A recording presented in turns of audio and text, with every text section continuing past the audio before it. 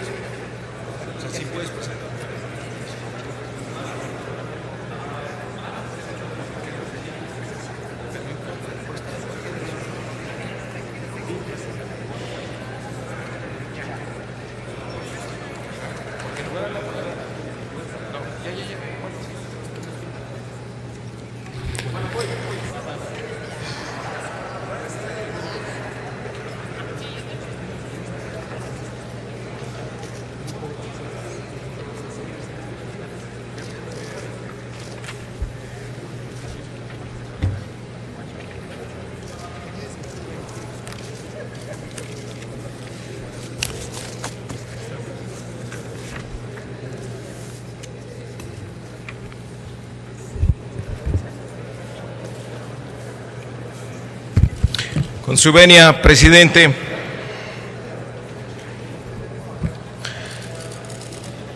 Recibimos la minuta de la Cámara de Diputados de diversas modificaciones a la Constitución para darle por fin avance a la reforma política del Distrito Federal.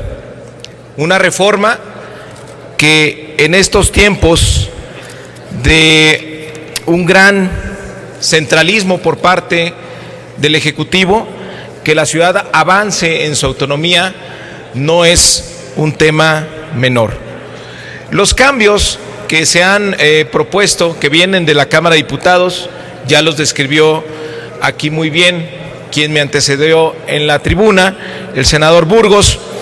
En realidad son cambios menores, ajustes de tiempo, cambiar de febrero a marzo la fecha para registrar candidaturas independientes, darle al INE 15 días para convocar a la elección del constituyente una vez que se ha aprobado este decreto, y cambiar una referencia de salario mínimo a la nueva unidad de medida. En realidad son cambios menores que permiten que esta reforma, puesta durante muchos años, pueda por fin hacerse realidad. Quisiera recordar muy rápido los principales avances de esta reforma.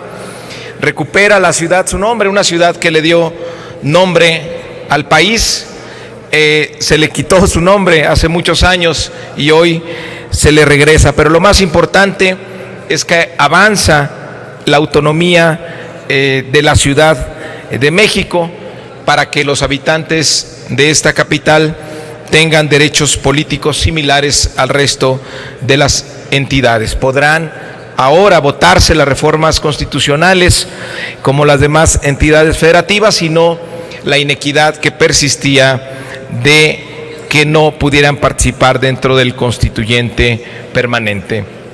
Otros cambios importantes, resumiéndolos, es que se crea la entidad de fiscalización de la legislatura de la Ciudad de México, con autonomía técnica y de gestión. La deuda pública se mantiene, la atribución del Congreso de aprobar el techo de deuda. El artículo 44 se introduce el concepto de capitalidad.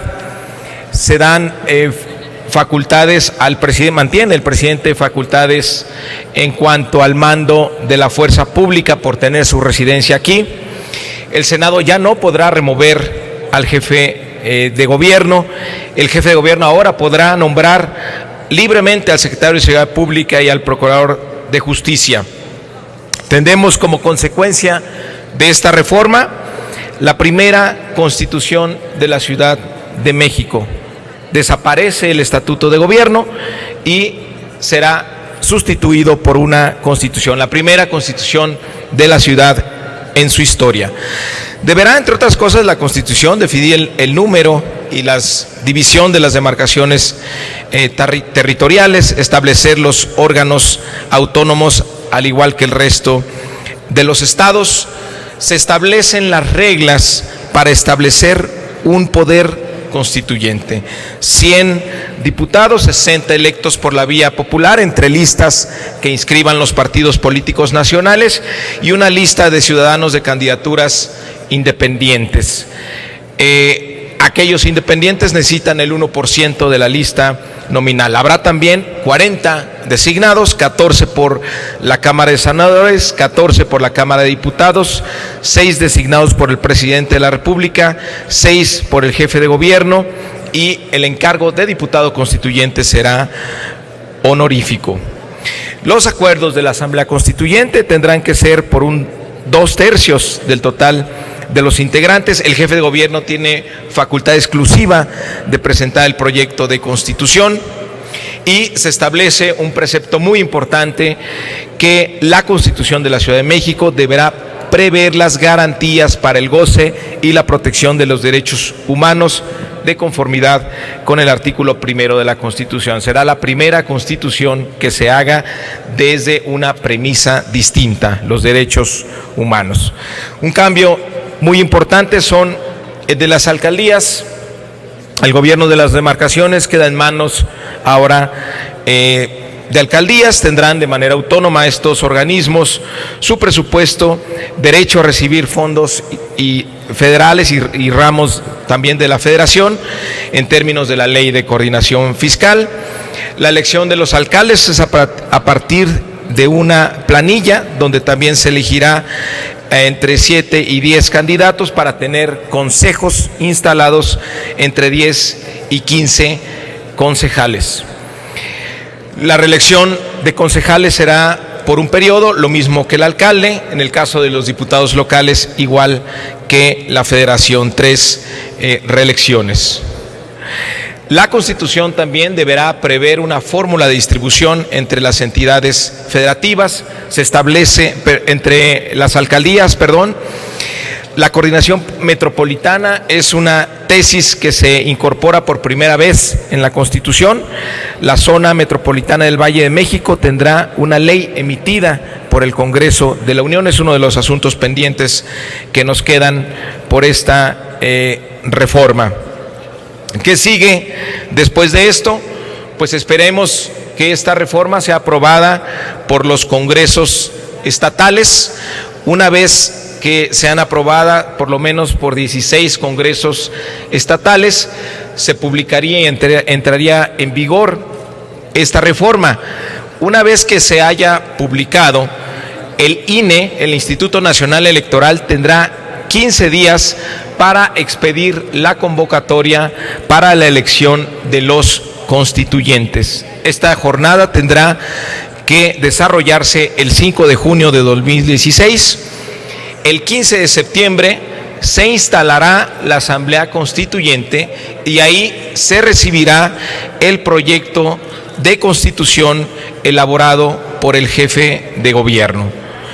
Será ahí cuando inicien los debates, las tareas del constituyente, que deberán culminar el 31 de enero de 2017 para que se promulgue la Constitución de la ciudad y entre en vigencia a partir de septiembre de 2018. Son los principales cambios que contempla la reforma política de la ciudad. Quisiera ahora, presidente, pedirle tiempo para poder manifestar mi postura particular en relación a esta reforma, ya no como presidente de la comisión, sino como senador del Distrito Federal. Primero, pues resaltar lo que se queda pendiente de esta reforma. Insisto en que hay que valorarla en un contexto de profundo centralismo. Sin embargo, no hay que dejar de señalar lo que queda pendiente. Primero, no hay autonomía política sin libertad económica. Toda autonomía conlleva responsabilidad. Si pedimos mayor autonomía, debemos asumir que lleva más responsabilidad. Pero renunciar a la responsabilidad de controlar el financiamiento, de controlar la deuda, es aceptar una autonomía simulada. Los mayores intentos de chantaje político sobre los gobiernos de la ciudad desde 1997 han venido desde el regate del endeudamiento por la mayoría del Congreso de la Unión. El orden financiero de la capital, mostrado desde 97 a la fecha, no obedece a esta regla en la Constitución, sino a los altos niveles de transparencia que existen en los gobiernos de la ciudad. Entonces, no hay razón económica para que la ciudad no controle su deuda. Este es un claro límite a la autonomía que hoy se aprueba. El aparente beneficio de tener el aval de la Federación en la deuda palidece ante la enorme desventaja que representa el no tener la capacidad de planear la infraestructura de mediano y largo plazo en la ciudad, porque no se controla el financiamiento. Y esto tiene un impacto directo en la competitividad de la ciudad. Esta ciudad, ahora autónoma, tendrá que seguir año con año su peregrinaje al Congreso para pedir la aprobación de su deuda. La autonomía política a medias no solo es autonomía política a medias si no se logra la autonomía financiera. Otro tema que me parece relevante por el impacto que tiene en la ciudadanía, la gente nos pregunta muy frecuentemente, ¿cuál es el beneficio para mí? ¿Cuál es el beneficio para el ciudadano? La vía más directa que se tenía para cambiar la relación de los ciudadanos con el gobierno, el cambiar el día a día de los habitantes de la ciudad, era la transformación del nivel de gobierno más cercano a la población, que actualmente son las delegaciones políticas.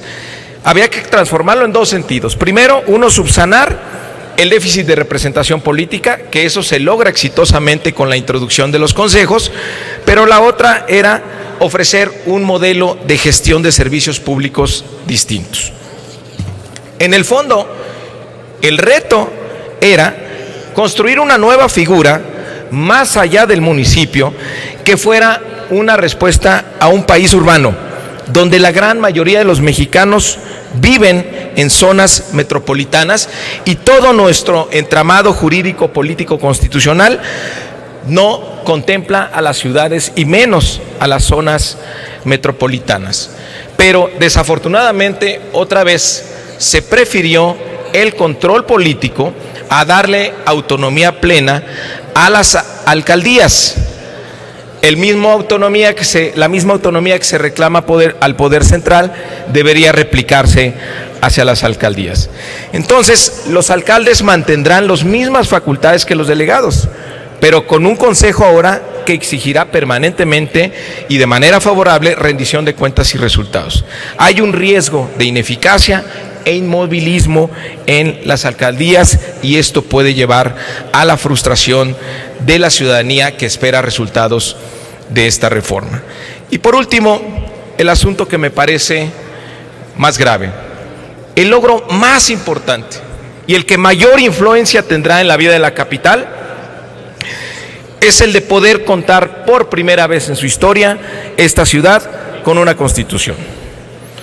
Paradójicamente, en una reforma que pretende alcanzar la autonomía, se diseña un constituyente bajo la lógica del control político.